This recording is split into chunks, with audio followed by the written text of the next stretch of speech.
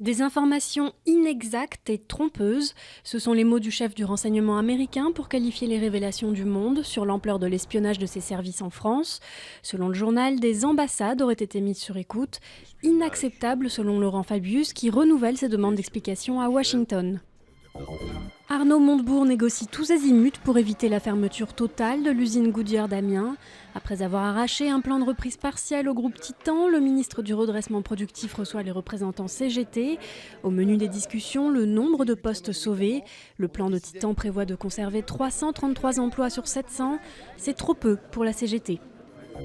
Athènes fait appel à Interpol pour tenter d'identifier Maria, cette fillette blonde découverte dans un camp rom dans le centre de la Grèce.